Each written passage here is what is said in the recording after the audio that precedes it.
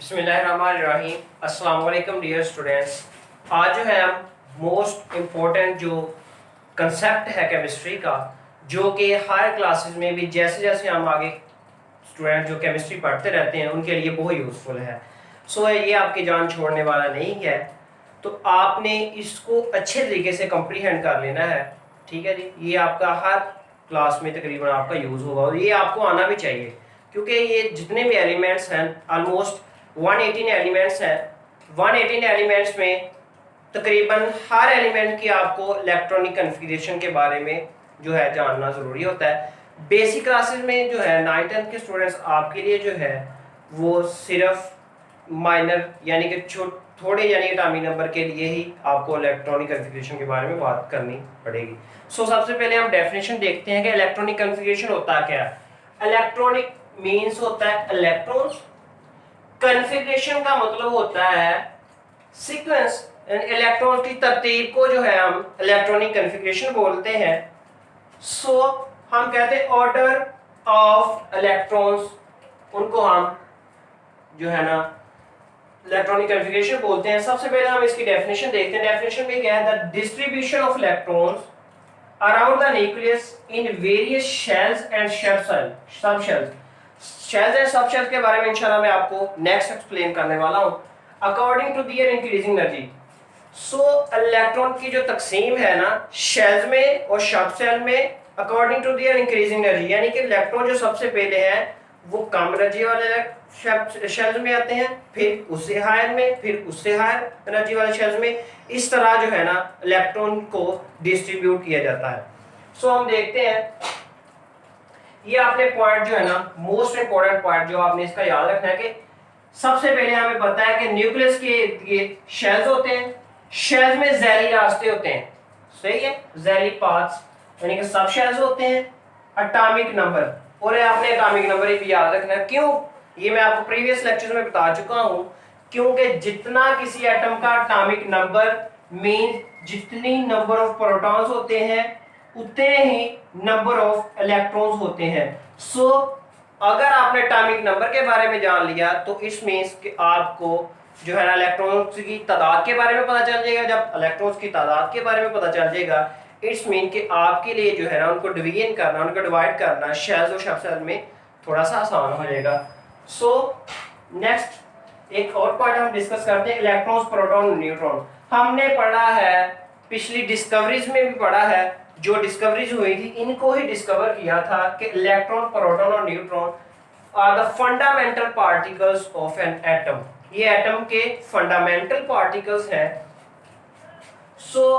Proton और neutron जो है न्यूक्लियस में पाए जाते हैं, न्यूक्लियस में, और इलेक्ट्रॉन जो है वो शेल्स में मूव करते हैं। ये हमारे पास, इनको हम न्यूक्लियस भी बोलते हैं, ये शेल में मूव करते हैं। पहले शेल, ये शेल होता है कि न्यूक्लियस के इर्द गिर्द रास्ते जहां पे इलेक्ट्रॉन मूव करते हैं, इनको हम शेल्स बोलते हैं। पहले शेल को हम के का नाम देते हैं। देखे ना, कोई भी जैसे आम एग्जांपल ले लें, कोई जो है बेबी पैदा हो गया है तो हम उसका कोई ना कोई नाम रखते हैं। ऐसे ही एटम के अंदर जो है ना वो कुछ शेल्स हैं, उनके भी उन्होंने नाम रखे हो। जैसे कि पहले शेल को उसने नाम दिया के शेल का, दूसरे को एल शेल का, तीसरे को एम शेल का, चौथे को एन शेल का। नेक्स्ट हम ये भी एक एमसीक्यूज भी आ सकता है आपको कि एनर्जी जो है ना वो डायरेक्टली प्रोपोर्शनल है, जैसे डिस्टेंस जो है ना वो न्यूक्लियस से इंक्रीज होता है। जैसे यानी कि पहला जो शेल है उसका जो न्यूक्लियस से डिस्टेंस है वो कम है, दूसरा शेल है उसका न्यूक्लियस से डिस्टेंस और ज्यादा है, तीसरा शेल जो है उसका न्यूक्लियस से डिस्टेंस और ज्यादा है। इट्स मीन के जो हायर शेल्स है ना उनकी एनर्जी हाई होती है, जबकि लोअर शेल्स की एनर्जी लो होती है। Feeling of electron from lower energy levels to higher, ये पॉइंट है, मेन पॉइंट के जो इलेक्ट्रॉन फीलिंग होते हैं ना वो आप लोअर से शुरू करते हैं और हायर की तरफ जाते हैं। जैसे आप कोई भी काम शुरू करें तो आप क्या लोअर लेवल से स्टार्ट करते हैं ना, यकदम तो हायर लेवल पे नहीं पहुंच जाते। ऐसे ही आप समझ लें कि इलेक्ट्रॉन भी एक कारोबार शुरू कर रहा है, जो कि कारोबार लोअर लेवल से शुरू होता है और ऐसे ऐसे हायर लेवल की तरफ जाता है। शेल्स और सब शेल्स की डिवीजन हम इसमें देखेंगे। और देखेंगे कि शेल्स में कितने इलेक्ट्रॉन आते हैं और सब शेल में किस तरह से और कितने कितने इलेक्ट्रॉन्स आते हैं। सो माय डियर स्टूडेंट्स, जो है 2n² फार्मूला जो है ना हम यूज करते हैं फॉर इलेक्ट्रॉन्स, यानी इलेक्ट्रॉन्स की फिलिंग के लिए हम 2n² फार्मूला यूज करते हैं। ये आपको एमसीक्यूज के तौर पर भी बोर्ड में पूछा जा सकता है। सो सब शेल्स क्या है? ये सब डिवीजन ऑफ शेल्स हैं। शेल्स के अंदर मजीद रास्ते, ये इनका जो है ना एनर्जी का डिफरेंस वो बहुत ही कम होता है। सो हम देखते हैं 2n² फार्मूला से कि नंबर 1 शेल के लिए, पहले शेल के लिए, पहले ऑर्बिट के लिए, पहले मदार के लिए n की वैल्यू 1 होगी। सो उनमें इलेक्ट्रॉन्स की तादाद कितनी होगी? 2 होगी। ठीक हो गया जी। नेक्स्ट है नंबर 2 शेल के लिए हमारे पास, अच्छा हम ये भी साथ देखते हैं s, जितना शेल का नंबर होगा उतने ही उसमें सब शेल होंगे। ये आपने बात याद रख लेनी, जितना शेल का नंबर होगा उतने ही उसमें सब शेल्स होंगे। सो अगर इसमें शेल का नंबर 1 है तो उसमें सब शेल 1 होगा, इसमें शेल का नंबर अगर 2 है तो उसमें 2 सब शेल होंगे, यानी s और p होगा। अगर इसमें शेल का नंबर 3 है यानी कि ऑर्बिट नंबर 3 है तो उसमें 3 सब शेल होंगे, हमारे पास 3 सब शेल s p d होंगे। अगर उसमें चौथा जो शेल है उसके लिए 4 सब शेल होंगे s p d और f। सो हम डिवीजन देखते हैं। 2 के लिए जो है 8 इलेक्ट्रॉन्स होंगे, ऐसे ही 8 इलेक्ट्रॉन्स होंगे। 3 के लिए 18 और 4 अगर पुट करें तो 32। इसका मतलब कि जो 4th शेल में हमारे पास मैक्सिमम जो तादाद है इलेक्ट्रॉन्स की वो 32 आ सकती है। सो डियर स्टूडेंट्स, हम देखते हैं 2 इलेक्ट्रॉन्स के लिए। अगर इसमें ओनली s सब शेल है तो s सब शेल में आपने याद रखना है, मैंने ये साथ साथ ना जो है अलग-अलग सब शेल के लिए वैसे ही आपको ना साथ में बता दिया है कि उसमें मैक्सिमम इलेक्ट्रॉन्स कितने आ सकते हैं। यानी s में हमारे पास 2 इलेक्ट्रॉन्स आ सकते हैं, p में मैक्सिमम 6 आ सकते हैं, d में मैक्सिमम 10 आ सकते हैं इलेक्ट्रॉन, और f सब शेल में मैक्सिमम इलेक्ट्रॉन्स हमारे पास जो है वो 14 आ सकते हैं। सो अगर इसमें 2 है तो 2 के लिए मैं आपको इलेक्ट्रॉनिक कॉन्फ़िगरेशन की तरफ जब लेके जाऊंगा वो मैं नेक्स्ट बताऊंगा। बस मैंने अभी इधर जो है ना आपको शेल्स के बारे में बता रहा हूँ और सब शेल के बारे में बता रहा हूँ। सो अगर 8 इलेक्ट्रॉन है 2 s में आ जाएंगे और 6 p में आ जाएंगे। अगर 18 है 2 s में आ जाएंगे, 6 p में आ जाएंगे, और बाकी जो है वो 10 जो है ना वो इधर आ जाएंगे। अगर 32 है 2 इसमें, 6 इसमें, 10 इसमें, 14 इसमें। सो एग्जांपल्स हम इलेक्ट्रॉनिक कॉन्फ़िगरेशन के बारे में जानते हैं कि एग्जांपल्स की हम कैसे बनाएंगे और इलेक्ट्रॉनिक कॉन्फ़िगरेशन का मेथडोलॉजी क्या होगी, क्या तरीके क्या होगा, क्या प्रोसीजर होगा। सो डियर स्टूडेंट्स, आपका जो बुक्स पे है ना वो आपको ज़्यादातर स्कूल पब्लिक स्कूल के बारे में जो है ना वो बताया जाता है।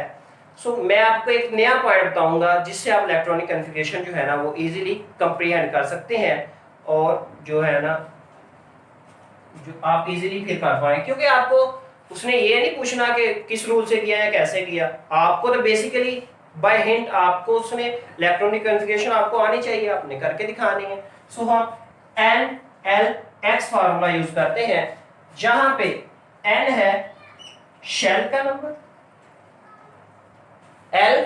N जो है वो शेल के लिए बोलते हैं, L जो है वो सब शेल के लिए,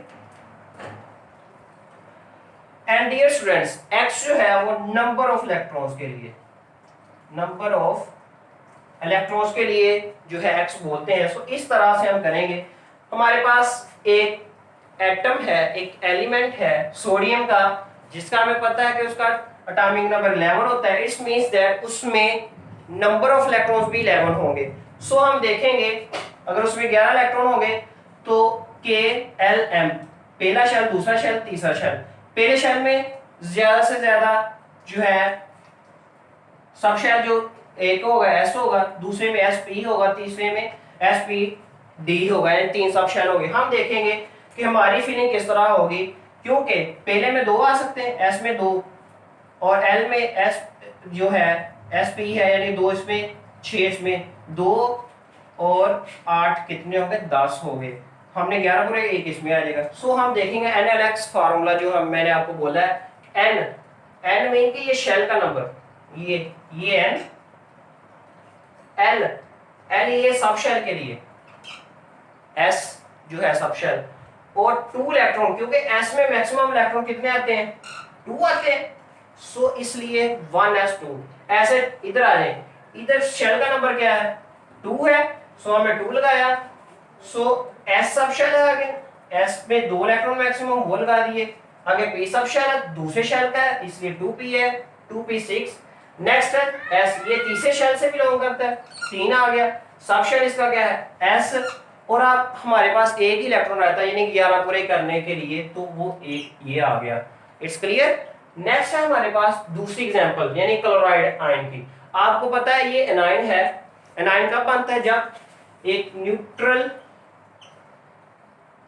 एलिमेंट में एक या एक से ज्यादा इलेक्ट्रॉन जो है दाखिल करें, ऐसे यानी कि इस पे नेगेटिव चार्ज आ गया, इसमें पहले 17 इलेक्ट्रॉन से, जब ये न्यूट्रल था एक इलेक्ट्रॉन का इजाफा हुआ, इसका एटॉमिक नंबर या सॉरी इसमें नंबर ऑफ इलेक्ट्रॉन जो है ना वो 18 आ गए, एटॉमिक नंबर इसका 17 था इसलिए 17 इलेक्ट्रॉन, तो एक इजाफा आ गया 18, तो इसका मतलब इसमें कितने इलेक्ट्रॉन है 18। सो हम इसकी फीलिंग के बारे में यानी नंबर 1 शेल 2 3, ठीक है, 1 में 1 सब शेल आ गया, 2 में 2 सब शेल हो गए sp, 3 शेल में 3 सब शेल हो गए sp और p। सो हम इसकी फीलिंग के बारे में इलेक्ट्रॉनिक कॉन्फ़िगरेशन जब इसकी देखते हैं, E मींस इलेक्ट्रॉनिक सीमिन कॉन्फ़िगरेशन। सो पहले के लिए 1s2, नेक्स्ट है जी दूसरे के लिए 2s2, यानी कि जैसे मैंने आपको इधर बताया सारा कि NLX, ये N2LS और ये x 2 इलेक्ट्रॉन्स में मैक्सिमम, यानी 2 2 4 जो 6 10 10 2 12 12 6 18 इलेक्ट्रॉन पूरे हो गए। ऐसे ही नेक्स्ट हमारे पास एग्जांपल है कार्बन ही, कार्बन का हमारे पास एटॉमिक नंबर होता है 6। सो सेम एज अबव के जो पहले शेल में जो है ना वो 2 इलेक्ट्रॉन्स आएंगे, 1s2 2s2 2p2 यानी कि 6 पूरे हो गए। सो ये मैंने आपको इसलिए डायरेक्ट लिख दिया क्योंकि मैं आपको इधर एक्सप्लेन सारा कर चुका हूँ, इसलिए इंशाल्लाह I hope you will understand it better. So इंशाल्लाह हम जो है वो नेक्स्ट वीडियो में मिलते हैं। अल्लाह हाफिज़।